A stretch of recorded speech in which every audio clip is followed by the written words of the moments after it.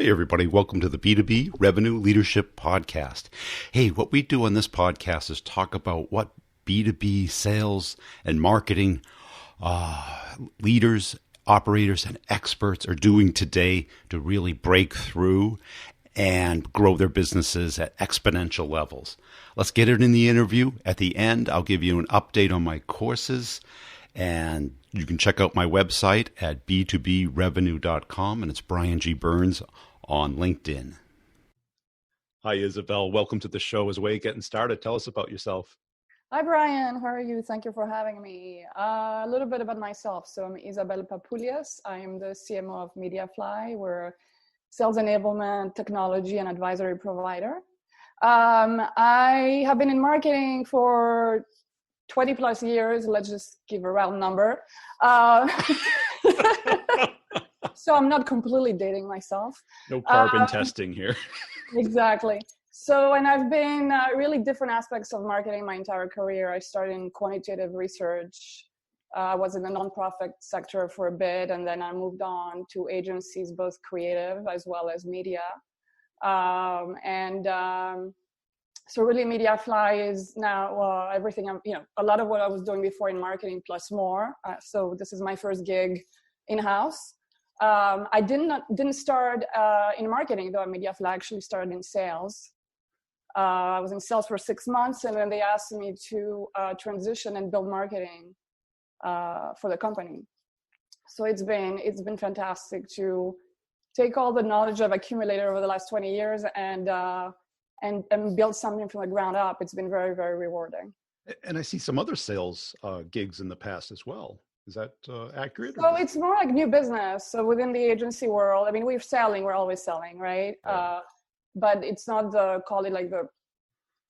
typical selling environment where you're, cold outreach and prospecting necessarily, but it's new business. You're always pitching for new business, and you're also looking to grow your existing client accounts. And what do you like about marketing? What I like about marketing is that it's so broad. It is. Yeah. I consider myself a generalist. And so it's allowed me to just constantly learn. I get to apply what I know well, but I also get to constantly learn more, and it's never ending because marketing keeps evolving. And so, you'll never enough of an expert. And I also like that it allows me to be a generalist, right? So I love building teams and surrounding myself with the subject matter experts. And I love looking for the problems that I need to solve and setting the priorities, and then let the experts around me, work towards a common goal. Yeah. So that allows me to know, I have to know a little bit about everything in marketing, but it doesn't mean I can't possibly be as good in SEO as my VP of digital is, you know what I mean? And that's okay, but because I don't have to go quite as deep, I can go a lot more broad, which is a lot more interesting to me. And how do you keep up? Because because once something works, it works for like a nanosecond, and then it doesn't work, right? Yeah, I don't know, I'm going to challenge that a little bit. So how do I keep up? I don't know that I do. I do, I do keep my eye on the goal. That's the thing. And being in marketing, things fly at us constantly, right? And the marketing team is a shared, entity within the organization. So my filter is always, how will this new initiative, request, whatever it may be, how will it serve the objectives that we have? Right. And if it doesn't, then we shouldn't do it. Right. Part of strategy is deciding what not to do. And that's a hard conversation to have sometimes. But your comment about, things work and then they don't, I think that things don't work for a long time. So but eventually they do. So a lot of what we do in marketing is iterative, and you really have to test and learn. It's incredible how much of that we've had to do on MediaFly. Some things have taken longer than I would have expected. Yeah. And you come with best practices. You come with things that have been tried and true, at your past roles, or you're hearing it from peers. But the truth is, you have to benchmark against yourself. It's almost like you're starting over. So you have to try new digital tactics and field tactics and whatever for MediaFly. And then you have to figure out what works and what doesn't. And then you do more of what works. Yeah. Right. And that it just takes time to go through that process. And how can you tell if it works? Well, I think it's results, right? And it's how you're measured. So in our case, and I think that's for most CMOs these days, it's really pipeline. It's pipeline generation, sourced and influenced. Okay. I mean, I know, yes, there's still the MQL, and that's fine. That's the very top of the funnel, but I can't imagine there's any CMO right now that's being measured on leads, right? So it's really about pipeline generation and revenue. Okay.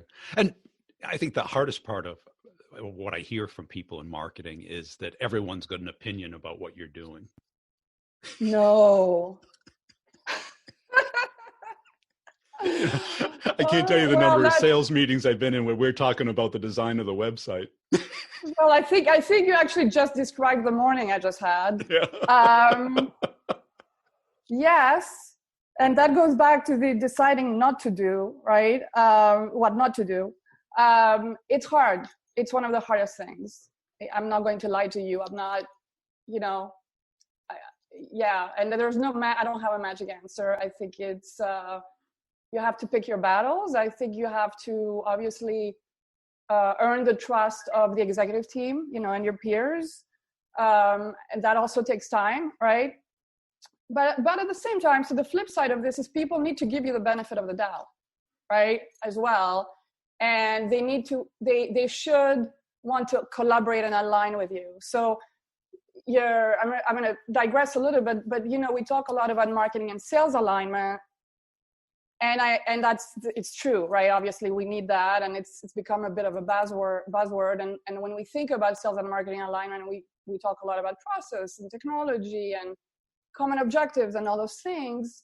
But at the end of the day, the very first thing that needs to happen for sales and marketing alignment is you need to have two leaders that want to align. Yeah, they can talk to each other. It starts with the relationship, like the human relationship. Yeah. If I think I know all my shit and you're not going to bring anything to the table, then it's going to be marketing sitting in its ivory tower, doing stuff in the corner that nobody knows about, right? That's not going to go over well. Same with sales. If you think you have it all figured out on your own, it's the same problem. So I'm going to have to give you the benefit of the doubt that you have things to bring to the table, and vice versa. Otherwise, what are we doing here? And I know it sounds very simplistic, but I've seen that lacking so many times. And then you're trying to fix it with process and technology and whatever else, right? That's for me, that's number one. And that's it. And I think the next part of that is you got to have a CEO that wants that to happen, mm-hmm. instead of pointing the two kids against each other.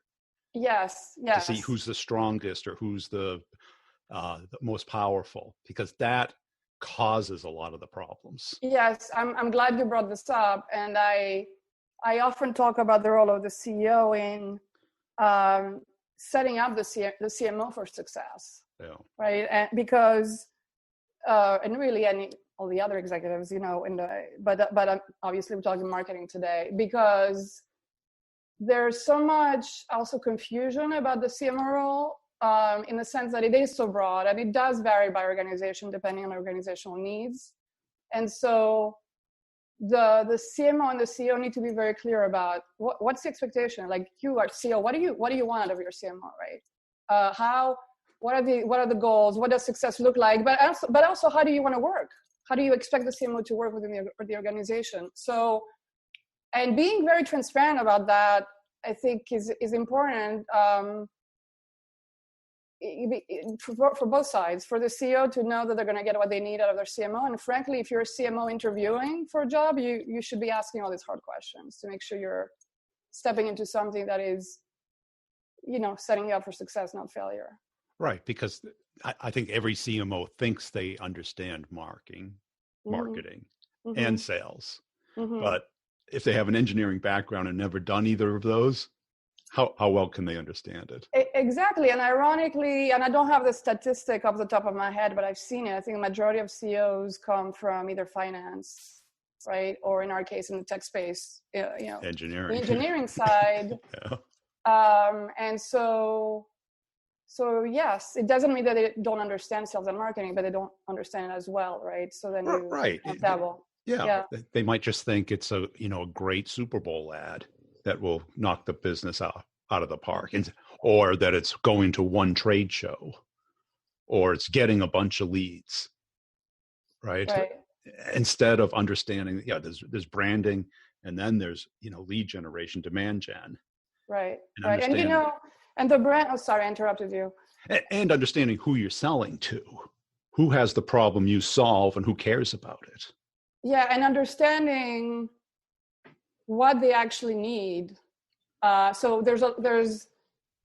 it's easy to make assumptions, right? And all of us within an organization, right, assumptions about what we think the customers really need, what should drive their product innovation, how we should message out, right, what the barriers are. But the reality is we live in our own bubble, right? It's confirmation bias. Yep. And that's always very much on my radar.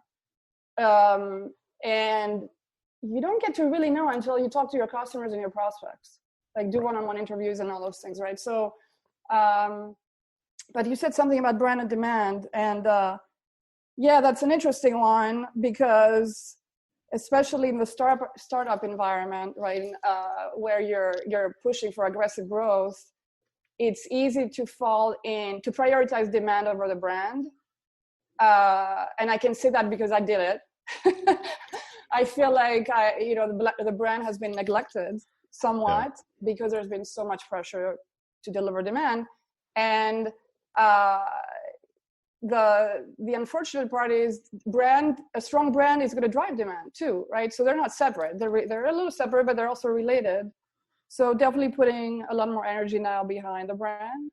But that's also a tug of war internally. And I don't believe the brand has always been a challenging conversation, because you can't always measure it too effectively, right? You can't measure it. Demand is like pipeline. Right. So it's challenging to prove internally that, what we need to not be distracted away from the brand, and we need to work on the brand. And that's not always an easy discussion. And how do you manage that conversation with the VP of sales? Because they don't care about the brand; they care about leads. I'll be honest. I'm not really managing that conversation anymore. I'm just doing it. Yeah. Okay. And I think, as long as you're driving the demand. So this is the thing about the trust. Yeah. At the end of the day, the proof is in the numbers. So if there is if you can show marketing source pipeline and marketing influence pipeline, then you can move on to other things like the brand. Like that's been my experience. I'm not saying that's the only way to do it, but I think that, again, tech space, startup environment, it makes sense to me. You're going to focus on demand first, and you need to prove that marketing can do that. And then in some ways you get permission to do what you really think will work. Now, in a startup environment where the budgets are pretty tight, how do you determine your mix? Based on what works, So in our case, you measure, right? You have to measure where your ROI is coming from in terms of tactics and campaigns. In our case, we have a strong demand gen engine, so we're heavy digital.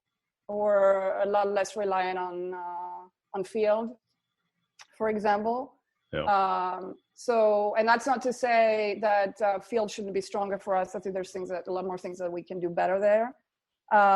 But interestingly enough, given the situation we're in right now with COVID and the impact on business, and the remote work, remote selling situation. We're in sales enablement, right? It's been the fact that we're so, I will say, almost over reliant on digital has helped us. Yeah. Because we didn't have to make the pivot that a lot of other organizations had to make. You know, the aha moment I had when we had a sort of like crisis management discussion was that we didn't need to reinvent the wheel, because we had a strong inbound engine, you know, based on digital. We had, we were already doing monthly webinars. We've been doing them for a very long time. They're very successful for us. We had a freemium offer already, right? So a lot of the digital tactics were already in place. We had to tweak, and we had to tweak the message to be more contextual within what's going on. But it's not like so much of our ROI was coming out of field, for example, that we lost all the trade shows, and now we were throwing our hands in the air. Yeah, definitely. And when you say digital, what's working digitally? Ads or content or? So ads and content and search, right? So display, search, and content, and they all go hand in hand, because we're serving content through ads, you know. So not just from social media, but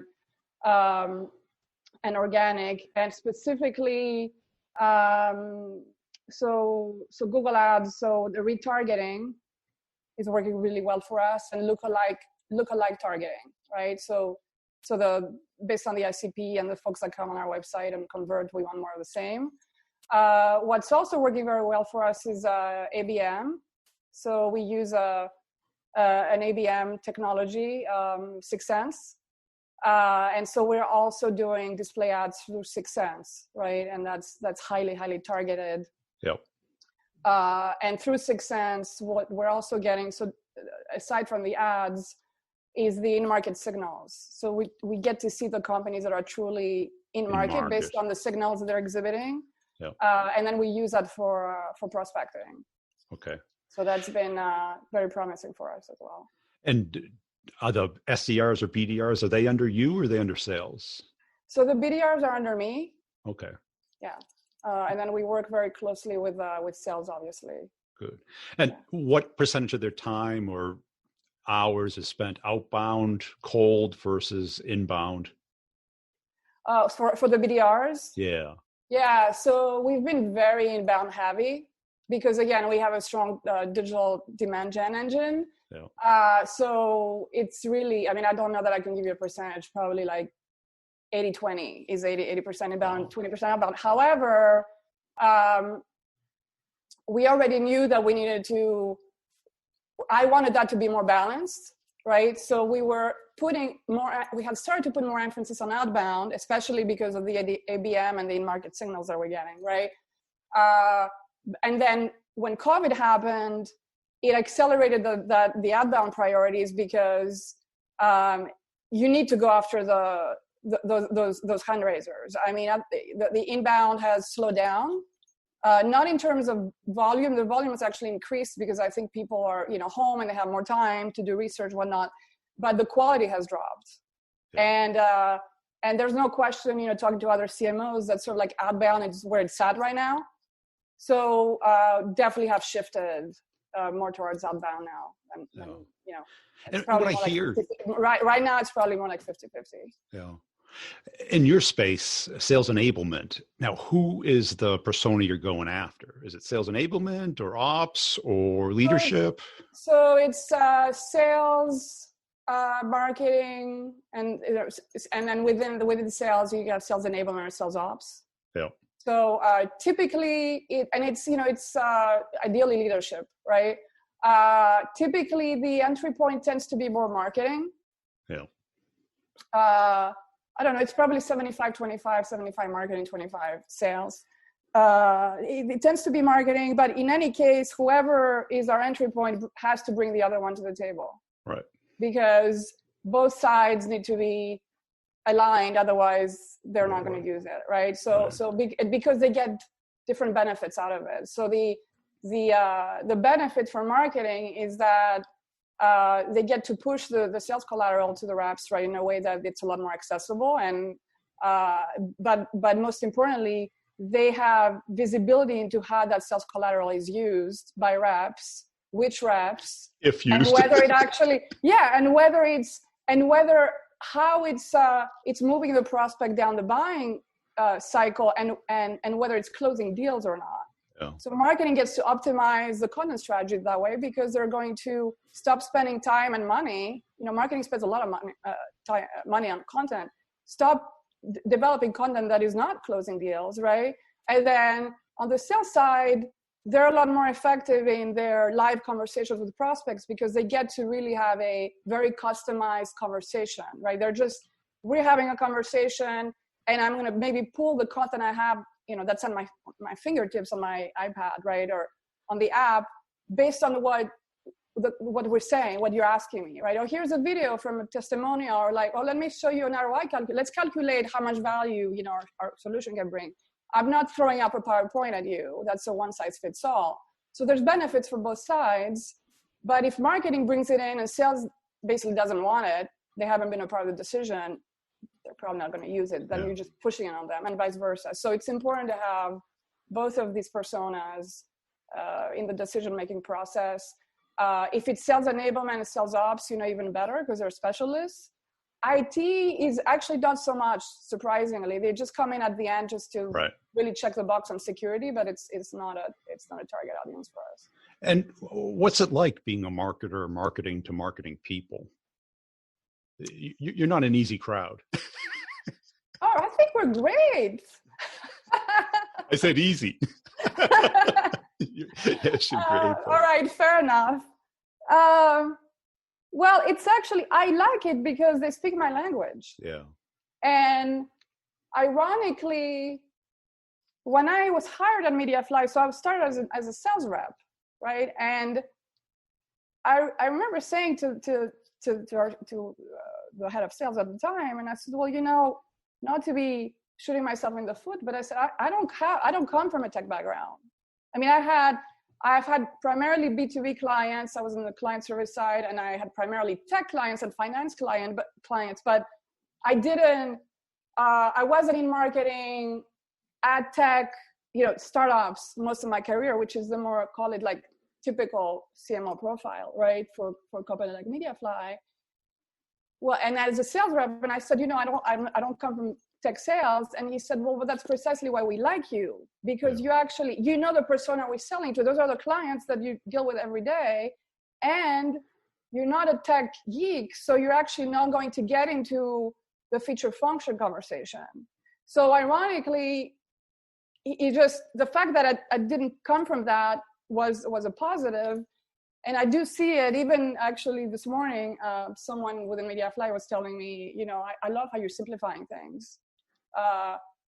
And sometimes I feel like I'm oversimplifying, but I guess it's I'm the perfect guinea pig. If I don't get it, right, the audience is not going to get it, right? Yeah. Because that's on the background I come from. So I mean, I like that. Yeah. And what excites you about marketing today? So really what excites me is the insights part of it, the what I see as the shift from, this is about demand gen, right? But the shift from marketing bringing leads and obviously generated pipeline and all that stuff to sales, to more of the marketing bringing insights to sales, both through, and we touched on a little bit, the ABM technology, right? So understanding the market signals and turning that over, as well as the, in our case, sales enablement technology, the insights into the content, right? Yep. And how the content is used, whether it's helping to close, and for sales, it's then understanding the content engagement, like what's the difference between your top sales reps and your middle and your bottom, right? So, we can see that the top ones are using this, and this is try to replicate that same behavior to the B's and the C's. So for me, this whole insights, like marketing, bringing insights to sales so sales can be more effective, I find very, very interesting. How about the technology? It seems like you've embraced a lot of the cutting edge stuff. The technology, I mean, it's, I'm actually not as in love with it as you would think. Like, the tech stack, I mean, my God, it's just, it can just blow up. And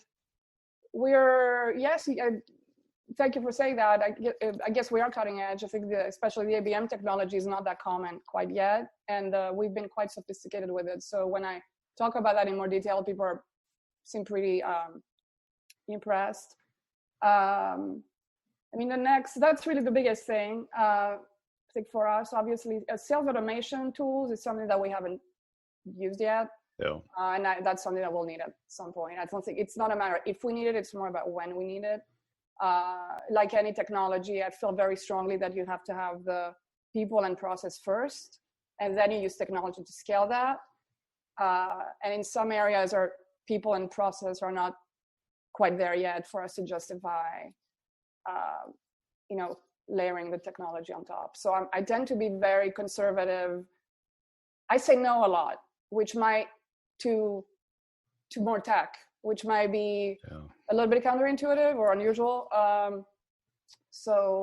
In fact, Carson, our CEO, and I often, I feel like it's almost a reverse dynamic. Well, he'll want he wants you to buy more. Platform. Yeah, let's get this platform. I'm like, no, and then I have said to him, I said, this is a little weird. I'm supposed to come to you and say, I need more budget to buy more, and so I move slow when it comes to that. Yeah, I think that's smart because you can become way overwhelmed. Mm-hmm. And if you're spending too much time learning or integrating or adapting technology versus thinking about getting leads and how to do it, it's just wrong. I always thought that'd be a great business of, a marketing agency that would do this for you. Take your ideal persona, use all of this technology. Yeah. And that's interesting. So they're owning, in some ways, like they're owning your tech stack, and it's like recommending they're owning, and they're. Yeah, you say you're going after marketing content managers at companies this size and these industries that are in market. Boom. Okay, you want to advertise to them. I mean, the challenge with agencies is, and I realize that's my background, so it's I have to be nice because I had a great career on the agency side. But the challenge with agencies for working with startups is everything for us is moving so fast. We have to be super nimble and flexible, and it's very hard for an agency to do that. Right. Unless you're, if you're, I don't know, IBM and you're working with a top tier agency and you have, you're spending huge amount of dollars in your annual fee, and it's a full-time dedicated team that's really then an extension of your marketing team, then they're like on it, right? Yeah. But for most companies, that's not the case. And so and they'll never know, I find that companies have unrealistic expectations of their agencies. Like and that's because I've been on both sides, right? Yeah. I have no expectation that my agency is going to know my business as well as I do. I just don't. Right. They're looking for a magician, not just an agency. Yeah. And hell, sometimes we don't even know our own, right? I mean, things are, again, because things are changing so much that I may not even have the full picture on something. And then I call it, garbage in, garbage out, right? And again, I'm digressing a little bit. This is more about client-agency relationships, but usually when an agency delivers poor work, it's because the client didn't brief them properly. Yeah, cool. Right? Most clients will blame the agency, but to me, it's sort of like, let's go back and look at the brief. Right, and at the end, it doesn't matter, right? It's like no one got what they wanted. Yeah. Yeah. So, hey, this has been a great conversation. Where can people go to connect with you and follow you? So LinkedIn is the best place. So Isabel Papoulias is my full name. You can also find us on mediafly.com. And I also encourage you to check out evolvedselling.com. So again, it's evolvedselling.com. That's our thought leadership content hub. A lot of great info on there and podcasts as well. So these are all the places.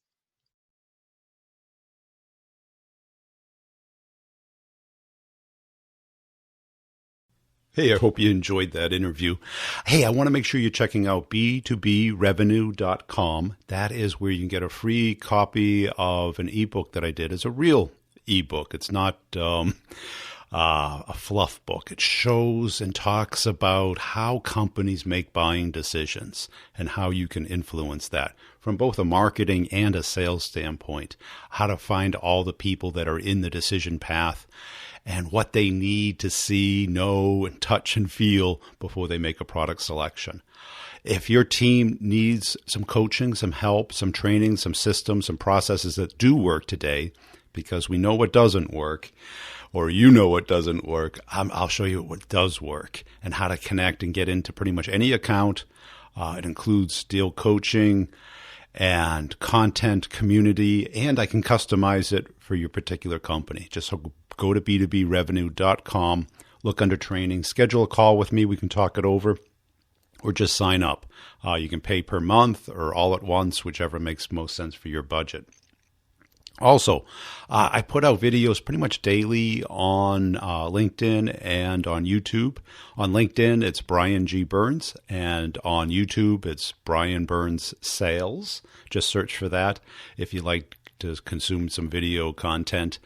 And if you see me on LinkedIn, please put a comment and a share and a like on some of the videos. I really appreciate it. I've got a company page for each podcast. This one, the B2B Revenue Leadership Podcast, where I put both content and humor videos out daily. And tell a friend about the podcast. Really appreciate you listening. Check out the show notes for all the partners and the connections you can make there, the coupon codes for the products to evaluate them, see if they're a right match for you. And we'll see you next time.